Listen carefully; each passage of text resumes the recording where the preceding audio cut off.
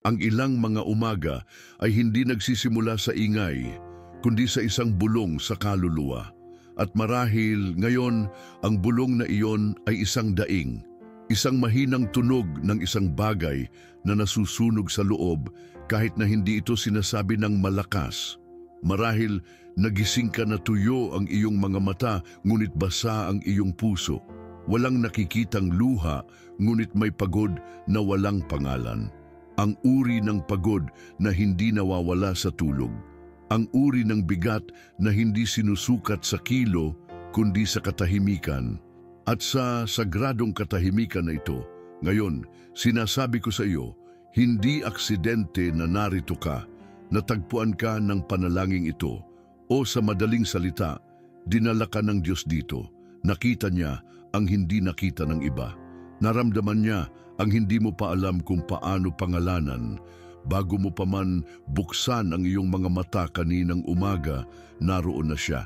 Hindi bilang isang malayong ideya, hindi bilang isang relihiyosong konsepto, kundi bilang isang totoong kanlungan para sa isang nasugatan na puso. Ang panalangin ito ay hindi isang walang laman na pangako na ang lahat ay maaayos ngayon. Hindi. Ang panalangin ito ay hindi naglalayong pagandahin ang iyong sakit o patahimikin ang iyong mga pagdududa gamit ang mga karaniwang salita. Ang panalangin ito ay isang yakap mula sa langit na bumababa kung saan pinakamasakit. Ito ay isang kapahingahan na hindi nakadepende sa mga pangyayari, kundi sa presensya. At ang presensya ng Diyos ay narito. Huminga. Ngayon, huminga ka ng malalim. Dahil ang sandaling ito ay hindi lamang isang paghinto sa iyong gawain, ito ay isang altar, isang maliit na santuwaryo sa pagitan mo at ng isa na nakakaalam ng iyong mga pagkasira nang hindi lumalayo. At marahil wala kang lakas na manalangin gamit ang mahahabang salita. Marahil hindi mo rin alam kung ano ang sasabihin, ngunit mayroong isang bagay sa iyong espiritu na gustong subukan, na naniniwala pa rin, kahit kaunti lang, na nagsasabi pa rin, Panginoon, narito ako. At iyon, binabago ang lahat. Hindi naghahanap ang Diyos ng perpektong panalangin, naghahanap siya ng katapatan, naghahanap siya sa sulok ng iyong kaluluwa kung saan hindi ka na nagpapanggap.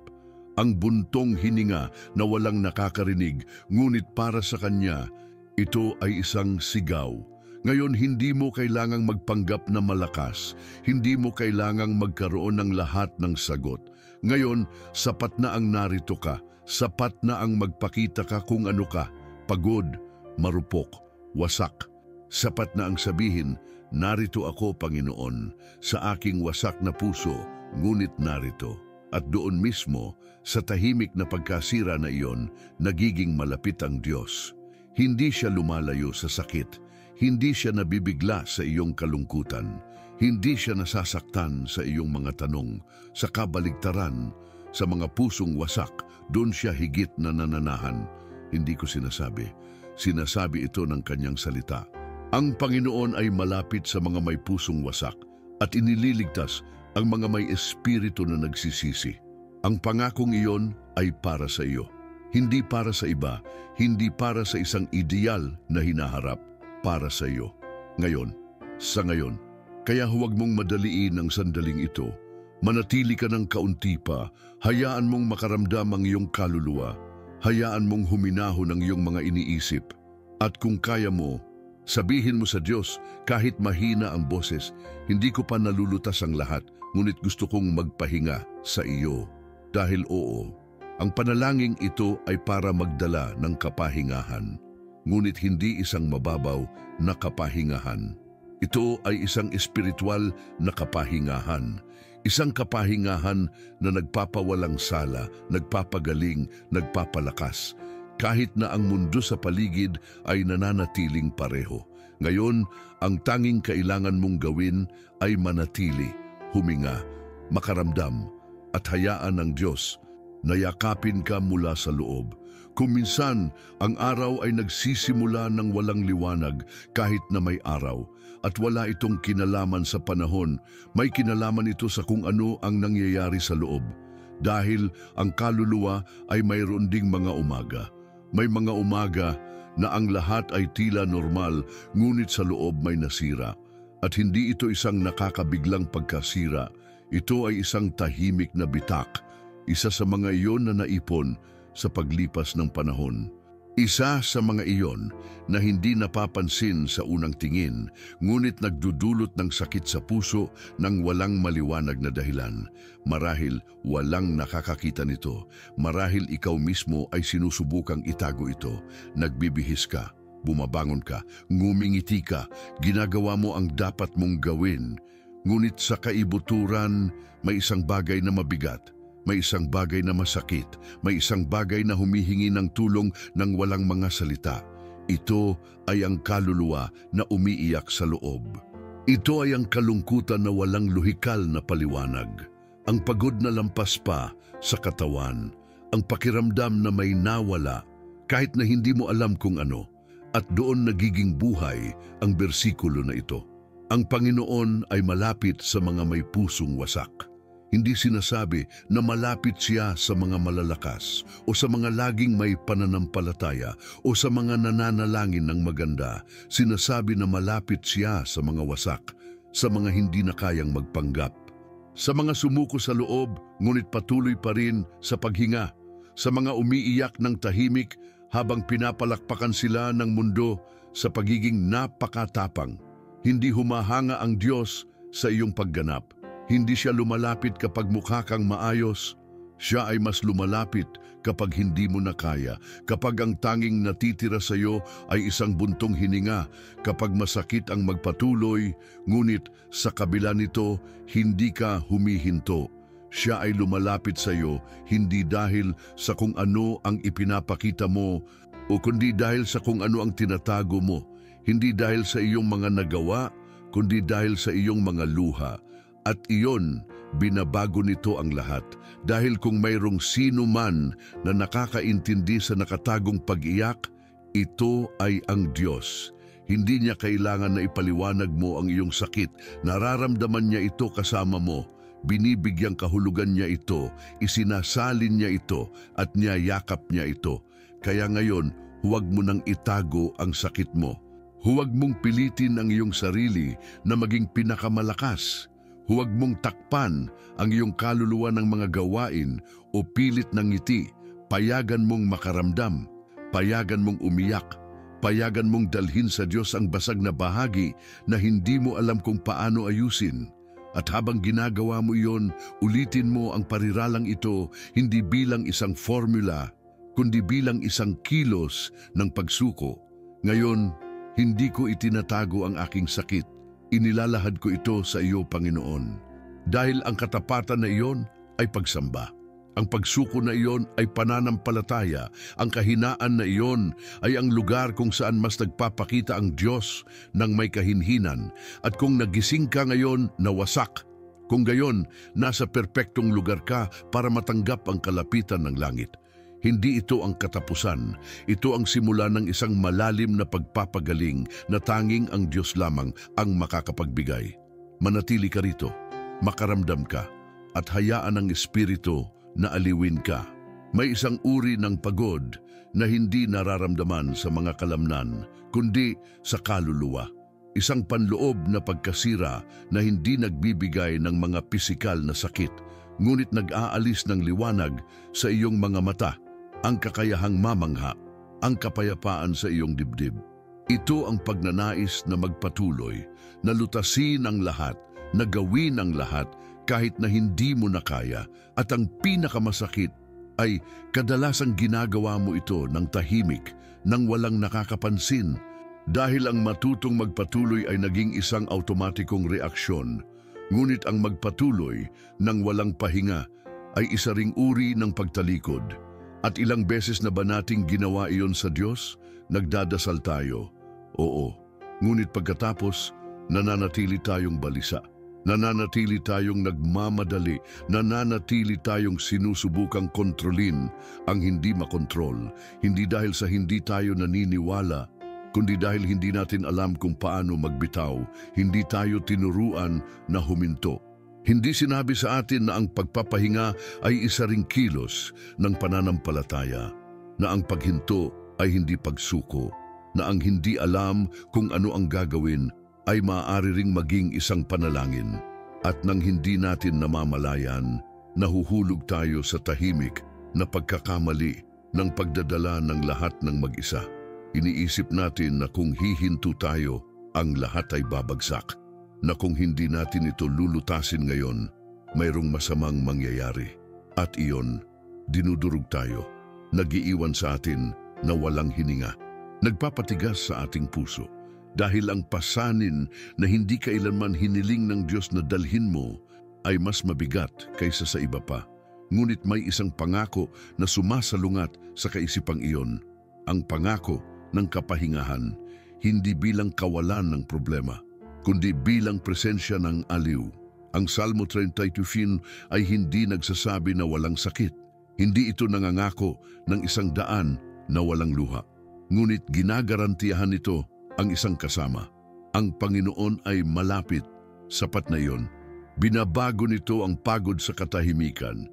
Ginagawang tiwala ang pagkabalisa dahil hindi ka nag-iisa sa laban na ito. At kahit na hindi lahat ay maayos ngayon, maaari kang magpahinga, hindi dahil sa kahinaan, kundi dahil sa karunungan.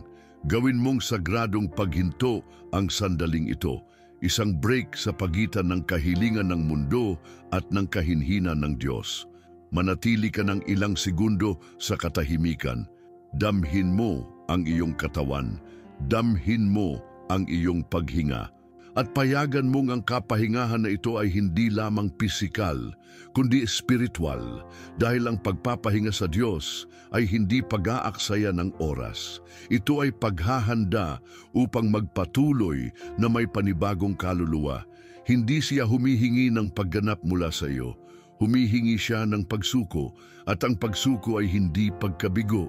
Ito ay pagtitiwala. Pagtiwala ng sapat upang huminto, upang huminga, upang bitawan ang hindi mo makontrol, upang sabihin, hindi ako sapat, ngunit ikaw ay sapat. At sa paghinto na iyon, may isang bagay na nagsisimulang gumaling, dahil kapag gumawa ka ng espasyo, pinupuno ng Diyos ang espasyo na iyon ng kanyang kapayapaan, ng kanyang lakas, ng kanyang presensya. Ang sandaling ito ay hindi maliit. Ang sandaling ito ay banal. Gawin mo itong sa iyo. Manatili ka, magpahinga ka, huminga ka kasama ng langit, at hayaan ang kaluluwa na tumibok muli ng walang bigat ng sariling pag-iwas. Hayaan ng Diyos na paalalahanan ka na hindi mo kailangang magpatuloy kung wala siya, dahil kasama niya kahit na ang paghinto ay pag-abante. May mga sandali na ang lahat ng itinayo ay tila gumuho, mga proyekto na huminto, mga nasirang relasyon, mga patay na pag-asa, at mananatili ka roon sa gitna ng mga guho ng kaluluwa na nagtatanong ng tahimik, nasaan ang Diyos ngayon? Dahil kapag gumuho ang buhay, madaling maramdaman na siya rin ay umalis, na ang kanyang kalapitan ay para lamang sa mga panahon ng liwanag, na ang kanyang presensya ay nakasalalay sa ating pag-abante, sa ating katatagan, sa ating mga nagawa. Ngunit iyon ay isang ilusyon. Hindi sinusukat ng Diyos ang distansya gamit ang iyong mga tagumpay. Hindi siya lumalapit kapag pinapalakpakan ka o lumalayo kapag natitisod ka. Sa katunayan, sa mga guho, siya higit na nagpapakita. Dahil ang mga guho ay may isang bagay na hindi iniaalok ng mga taas, kahinaan, kababaang loob, katahimikan, at nananahan ng Diyos sa katahimikan na iyon. Naglalakad siya sa pagitan ng mga bagay na iiwasan ng iba. Yumuyuko siya sa lugar na walang gustong tingnan. Eksperto siya sa pagtatayo muli ng tila na wala na. Sa mga araw ng kaluwalhatian, nagdiriwang tayo, ngunit sa pagkasira, doon nagiging totoo ang Diyos. Dahil kapag bumagsak ang lahat, wala nang lugar para sa pagmamataas, wala nang mga maskara, wala nang mga merito. Ang natitira na lang ay ang hubad na kaluluwa. At doon mismo kung saan ang kanyang kahinhinan ay humahawak ng mas malalim, tulad ng isang ama na hindi dumarating kapag ang anak ay nagniningning, kundi kapag hindi na siya makabangon. Tingnan mo ang kasaysayan, mas malalim na nagpakita si Jesus sa mga wasak. Sa babaeng kinukutya na naghugas ng kanyang mga paa gamit ang mga luha. Kay Pedro matapos siyang itanggi. Kay Tomas sa kanyang pag-aalinlangan. Kay Maria Magdalena sa kanyang pagluluksa. Hindi siya natatakot sa mga guho. Sa kabaligtaran, sila ay isang matabang lupa. Sila ay malambot na lupa kung saan siya maaaring magtanim ng isang bagong bagay. Dahil ang matigas na puso ay hindi namumulaklak. Ngunit ang isang wasak ay maaaring magbigay muli ng buhay. Isipin mo ito, ang ulan ay hindi sumisira sa lupa. Inihahanda nito. Ginagawa nitong mas sensitibo, mas receptive, mas mataba. Ganon din ang iyong kaluluwa. Ang bumabasa sa iyo ngayon, ang tila nagpapahina sa iyo, marahil ay inihahanda ang lupa para sa isang mas malalim na bagay. Isang bagay na hindi lalaki nang walang yugto ng pagkasira na ito. Hindi lahat ay nawala. Hindi lahat ay natapos. Ang mga guho ay simula rin ng isang sagradong bagay. Huwag mong maliitin ang iyong sakit. Huwag mong ikahiya ang iyong kahinaan. Ang Diyos ay mas malapit ngayon kaysa sa iniisip mo. Ang kanyang presensya ay hindi umalis kasama ng iyong mga lakas. Ang kanyang pag-ibig ay hindi nakasalalay sa iyong mga pag-abante. Ang kanyang biyaya ay hindi nag-e-expire kapag huminto ka. Ngayon kahit na nasa guho ka, naroon siya. Sa kanyang mga kamay na handang mag-angat, sa kanyang mga mata na puno ng habag, sa kanyang boses na bumubulong, hindi pa ako tapos sa iyo. Manatili ka sa sandaling ito. Huwag kang tumakbo upang magpaliwanag, upang maintindihan, upang lutasin. Kilalanin mo lang ang katotohanan na masyado nang matagal na binaliwala ng iyong kaluluwa. Hindi ka minamahal ng Diyos dahil sa iyong mga nagawa. Minamahal ka niya dahil sa kung sino ka. Kahit kapag ang lahat ay bumabagsak, lalo na kapag ang lahat ay bumabagsak, dahil ang kanyang katapatan ay hindi nagbabago sa iyong sitwasyon at sa iyong mga guho, ang kanyang presensya ay mas malakas. Mas intimate, mas totoo. Ang pagkabalisa ay may maraming anyo. Kung minsan, dumarating ito bilang buhol sa tiyan, bilang isang pagkabalisa na nananahan sa dibdib at hindi umaalis. Sa ibang pagkakataon, ito ay isang ipo-ipo ng mga iniisip na hindi humihinto, na hindi nagpapahinga, na nakakaistorbo kahit sa katahimikan. Ito ang pagnanais na kontrolin ang hindi makontrol, na asahan ang hindi pa nangyayari, na hawakan ang mas mabigat kaysa sa kaya mong dalhin. At sa likod ng lahat ng iyon ay isang puso na sumisigaw para sa seguridad, para sa direksyon, para sa kapayapaan. Ngunit paano kung sa halip na labanan ang pagkabalisa na iyon, babaguhin mo ito? Paano kung gagawin mo itong isang altar, hindi para magbitiw, hindi para itago ito, kundi para italaga ito, upang ilagay ito muli sa mga kamay ng isa na hindi nabibigla sa iyong mga takot. Dahil oo, maaari mong simulan ang iyong araw sa lahat ng mga emosyon na iyon, ngunit hindi mo kailangang manatili sa kanila. Maaari mo silang pangalanan, maaari mo silang kilalanin, maaari mong sabihin, masakit ito sa akin, natatakot ako dito, hindi ko na ito kaya, at kasabay nito sabihin, nagtiwala ako sa iyo. Ang paggawa ng iyong pagkabalisa na isang altar ng tiwala ay isang malalim na espiritual na kilos. Ito ay isang anyo ng panalangin na hindi laging nangangailangan ng mahahabang salita. Kung minsan, sapat na ang isang maingat na buntong hininga sa isang kamay sa dibdib, sa isang totoong paghinto.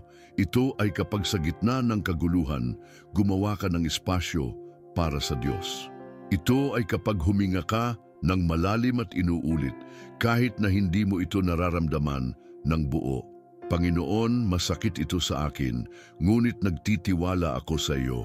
At kung hindi mo alam kung paano magsimula, buksan mo ang Salmo. Basahin mo ito ng malakas. Hindi bilang isang magic formula, kundi bilang isang intimate na pag-uusap na parang naroon ng Diyos nakaupo sa tabi mo, nakikinig sa bawat salita na lumalabas sa iyong bibig dahil naroon siya. At kapag ginawa mo iyon, ang salmo ay hindi na lang isang teksto. Ito ay nagiging isang kanlungan, isang gamot, isang yakap. Huminga, talaga, huminga ka ngayon din. Ipihit ang iyong mga mata, sandali kung kaya mo. Damhin mo ang iyong katawan, damhin mo ang iyong puso na tumitibok. At sa ritmo na iyon, ulitin sa kaibuturan ng iyong sarili, wala akong kontrol, ngunit hindi ako nag-iisa. Yan ang binhi ng tiwala. Yan ang ugat ng kapahingahan. Dahil ang kapayapaan ay hindi dumarating kapag ang lahat ay nalutas. Dumarating ito kapag pinili mong magtiwala sa gitna ng kaguluhan. Dumarating ito kapag ang iyong pagkabalisa ay hindi na ang sentro, kundi ang handog, ang pagsuko, ang altar kung saan gumagawa ang Diyos. Hindi ito tungkol sa pag-alis ng takot. Ito ay tungkol sa hindi pagsuko dito upang paalalahanan ang iyong sarili paulit-ulit na ang pananampalataya ay hindi kawalan ng pagkabalisa. Ito ay ang desisyon na maniwala kahit na nanginginig ka. Ngayon, ang araw na ito, ang sandaling ito, ay maaaring maging iba, hindi dahil ang lahat ay maayos, kundi dahil handa kang magtiwala sa kabila ng lahat, mula sa kaibuturan, mula sa pinakamataong, mula sa pinakamahina. At iyon ay sagrado. May isang uri ng pagod na hindi galing sa trabaho, kundi sa patuloy na pagsisikap na magpanggap. Nagpapanggap na ang lahat ay maayos. Nagpapanggap na kaya mo ang lahat. Nagpapanggap na walang nakakaapekto sa iyo, na walang nakakagawa sa iyo, na malakas ka palagi. Ngunit sa loob, ang kaluluwa ay unti-unting nababasag dahil ang pagpapanatili ng imahe na iyon araw-araw ay mas nakakapagod kaysa sa anumang pasanin. At dumarating ang isang sandali na hindi mo na alam kung sino ka nang walang maskara na iyon.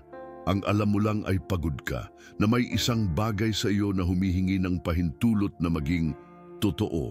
At doon nagsisimula ang tunay na pagpapagaling, hindi sa sandali na bumubuti ang lahat, kundi sa eksaktong sandali na nagpasya kang tumigil sa pagpapanggap. Sa sandali na sinabi mo, kahit na mahina ang boses, hindi ko na kayang magpatuloy ng ganito, dahil ang pag-amin na iyon ay hindi pagkabigo. Ito ang unang hakbang patungo sa kalayaan. Ito ang punto kung saan ang Diyos ay maaaring pumasok ng walang hadlang, walang filter, walang baluti, kung saan ang kanyang presensya ay hindi na kailangang dumaan sa mga pagpapanggap. Kailangan lang niyang hawakan ang katotohanan. Hindi pinapagaling ng Diyos ang imahe na ipinapakita mo. Pinapagaling niya ang iyong itinago, ang iyong pinipigilan, ang iyong tinatakpan ng mga ngiti dahil ang tinatawag mong kahinaan para sa Kanya ay katapatan.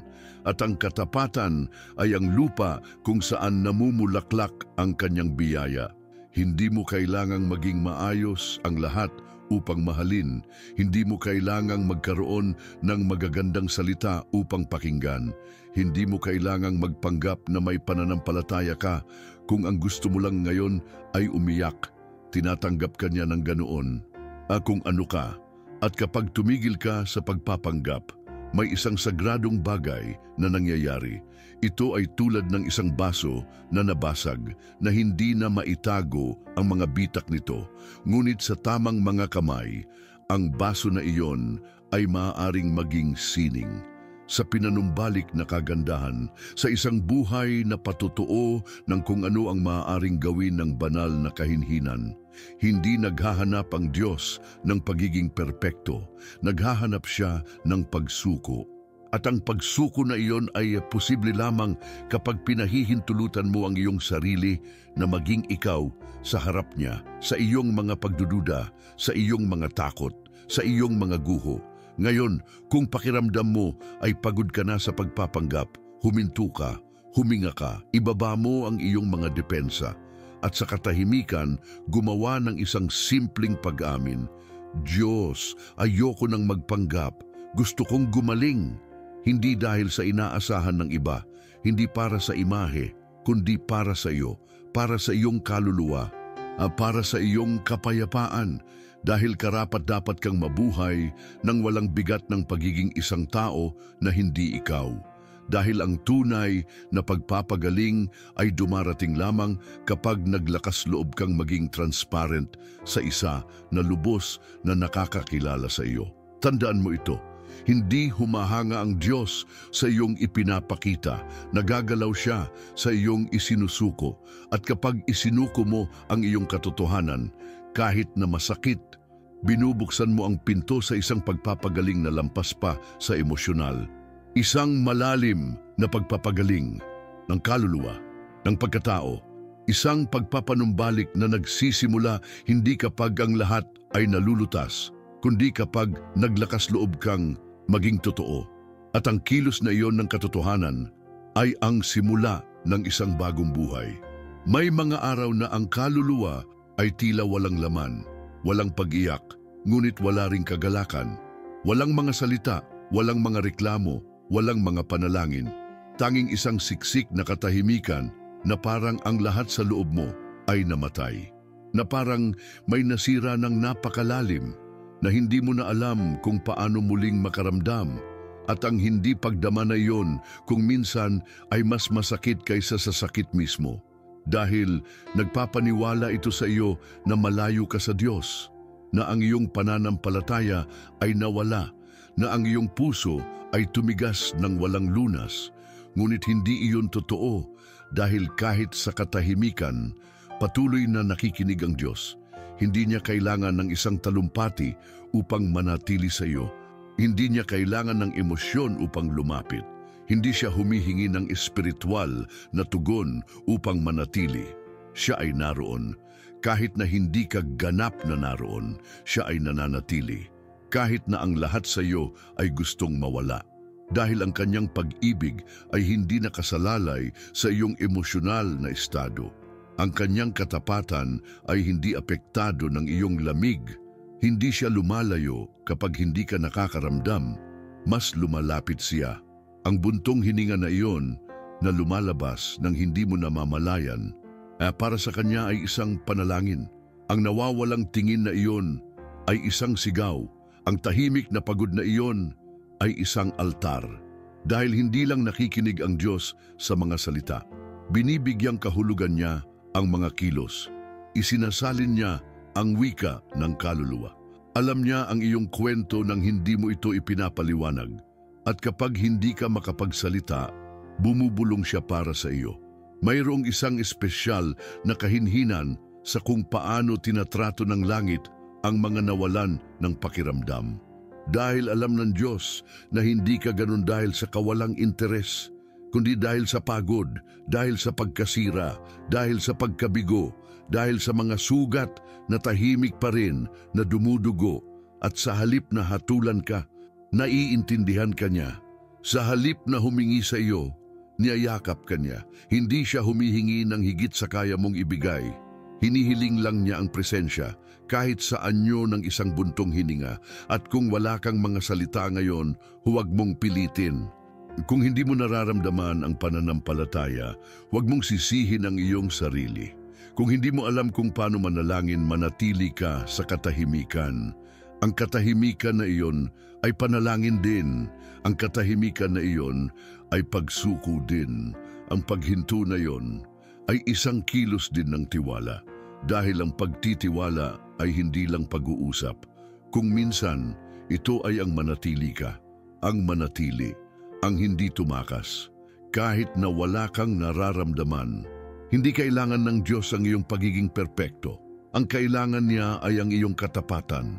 At kung ang tanging masasabi mo ngayon ay hindi ko alam kung ano ang nangyayari sa akin, sumasagot na siya, gumagawa na siya, kasama ka na siya. Dahil ang kanyang presensya ay hindi isang gantimpala, ito ay isang pangako. At ang pangako na iyon ay hindi nababasag kapag nabasag ka. Sa kabaligtaran, nagiging mas malakas ito, mas intimate, mas totoo. Kaya kung ang tanging natitira sa iyo ngayon ay ang buntong hininga, hayaan mo na itong maging sapat. Dahil para sa Diyos, ito ay sapat. At iyon ay sapat para sa iyo. Kahit na wala kang nararamdaman, nararamdaman niya ang lahat para sa iyo. Kahit na hindi ka makapagsalita, nagsasalita siya ng buhay sa loob mo. Kahit na hindi mo alam kung paano magpatuloy, binigyan na niya ng landas. Manatili ka lang, huminga ka lang, hayaan mo lang na ang katahimikan na ito ay maging sagrado. May mga salita na tumatanda sa paglipas ng panahon. Mga parirala na dating nakakaaliw, ngunit ngayon ay hindi na pareho ang tunog. Mga pangako ng tao na naglalaho kasama ng mga panahon, ng mga krisis, ng paglipas ng mga taon. Ngunit may isang pangako na walang expiry date, na hindi nakasalalay sa konteksto, na hindi nagbabago sa mga pangyayari. Isang pangako na hindi napupudpod sa paggamit o humihina sa sakit. Isang pangako na buhay pa rin, naroroon, patuloy. Ito ay ang pangako ng isang Diyos na nagliligtas, nagtataguyod at nananatili, dahil hindi lang ito tungkol sa isang sandali ng tulong. Hindi ito isang tiyak na interbensyon. Ito ay isang patuloy na pagsasama. Ito ay isang katapatan na hindi humihinto kapag bumagsak ka. Ito ay isang kamay na hindi bumibitaw kapag nagkakamali ka. Sinasabi ng bersikulo, at inililigtas ang mga may espiritu na nagsisisi.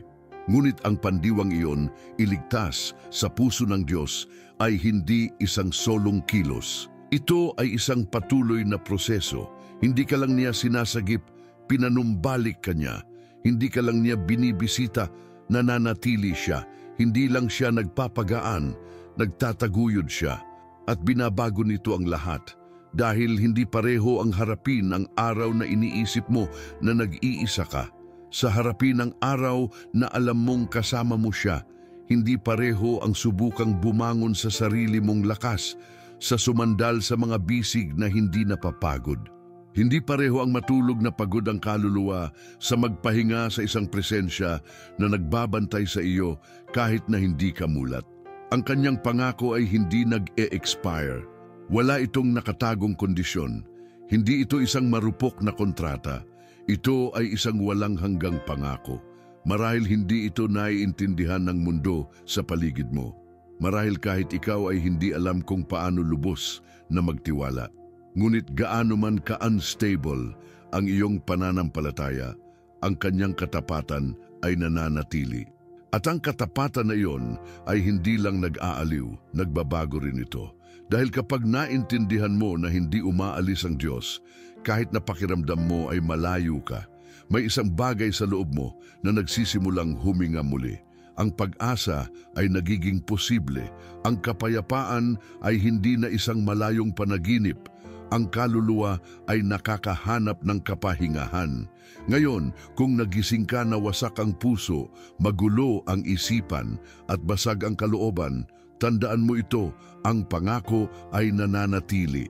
Siya ay nagliligtas. Siya ay nagtataguyod. Siya ay nananatili. Kahit na hindi mo nararamdaman, kahit na hindi mo nakikita, kahit na hindi mo maintindihan, naroon siya at kasama ka niya, hindi hanggang sa bumuti ka, hindi hanggang sa matugunan mo ang mga inaasahan. Hindi hanggang sa maniwala ka ng malakas, kasama ka niya ngayon. Kung ano ka, gawin mong kanlungan ng pangako na ito.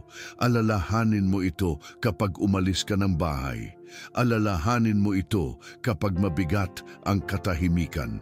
Alalahanin mo ito kapag malakas ang pananalita ng takot. Dahil ang pangako na ito ay hindi luma, ito ay kasalukuyan, ito ay sa iyo. Ito ang boses ng isang Diyos na hindi nangiiwan. At kung ang lahat ay tila hindi tiyak ngayon, hayaan mong yakapin ka ng katiyakan na ito. Kung kasama mo ang Diyos, hindi mo kailangang maintindihan ang lahat. Kailangan mo lang manatili, huminga, magtiwala. Dahil habang ang lahat ay lumilipas, siya ay nananatili. Ngayon ay hindi lang isang pag-click. Hindi lang ito isang video sa marami. Ito ay isang buntong hininga na narinig ng langit, isang panloob na bulong na naghahanap ng kapahingahan at nakakita ng isang buhay na pangako. Dahil ito ay hindi lamang isang panalangin para maaliw ka sandali. Ito ay isang espiritual na kanlungan, isang ligtas na lugar upang bumalik sa tuwing hindi na kayang suportahan ng puso ang sarili. Sa tuwing mabigat ang katahimikan, sa tuwing walang mga salita, ngunit may isang malalim na pangangailangan para sa presensya. Ang bersikulo na ito na napakaluma sa papel ay nananatiling bago sa kaluluwa. Dahil ito ay isinulat para sa mga totoong tao, para sa mga pusong wasak tulad ng sa iyo, para sa mga pagod na espiritu na hindi na alam kung paano magpatuloy, para sa mga nakakaramdam na may isang bagay sa loob nila na nabasag, ngunit narito pa rin sila, humihinga, naghihintay, sumisigaw ng walang tunog. At iyon ay sapat na dahil hindi naghihintay ang Diyos ng perpektong pananampalataya. Naghihintay siya ng katapatan, naghihintay siya sa iyong presensya ng ganyan, eksakto ganyan. Naway, ang panalangin ito ay hindi lang isang sandaling paghinto. Naway ito ang simula ng isang tunay na kapahingahan, malalim na hindi nagmumula sa labas, kundi sa loob, na ipinanganak kapag naintindihan mo na hindi ka nag-iisa, na hindi mo kailangang patunayan ang anumang bagay, na hindi mo kailangang maging malinaw ang lahat upang yakapin ka ng Diyos. Ang kanyang pag-ibig ay mas malaki kaysa sa iyong mga pagdududa, mas matatag kaysa sa iyong sakit, mas tapat kaysa sa iyong sariling pag-unawa. Mag-comment ka sa parirala. Ngayon, nagpapahinga ako sa iyo, Panginoon, hindi bilang isang ritual, kundi bilang isang deklarasyon ng kaluluwa, bilang isang tahimik na pagsuko, bilang isang kilos ng pananampalataya na hindi sumisigaw, ngunit nananatili. At kapag naramdaman mo muli na masakit ang puso, na mabigat ang buhay, na nanginginig ang pag-asa, bumalik ka rito. Bumalik ka sa lugar na ito, sa salitang ito, sa pangako na ito. Dahil ang pangako ay hindi nag-e-expire, ang kanlungan ay hindi nagsasara, at ang Diyos, hindi siya kailanman umaalis. Ngayon, sa pagsasara ng panalangin ito, hindi mo isinasara ang isang espiritual na sandali. Binubuksan mo ang isang bagong ritmo ng buhay. Isang kung saan ang kaluluwa ay hindi na kailangang magpanggap. Isang kung saan ang buntong hininga ay panalangin din. Isang kung saan ang Diyos ay hindi isang ideya, kundi isang patuloy na kanlungan. Walang kakulangan sa iyo dahil ngayon inuna mo ang Diyos. At yun, binabago ang lahat mula sa loob kahit na wala pang ibang nagbabago.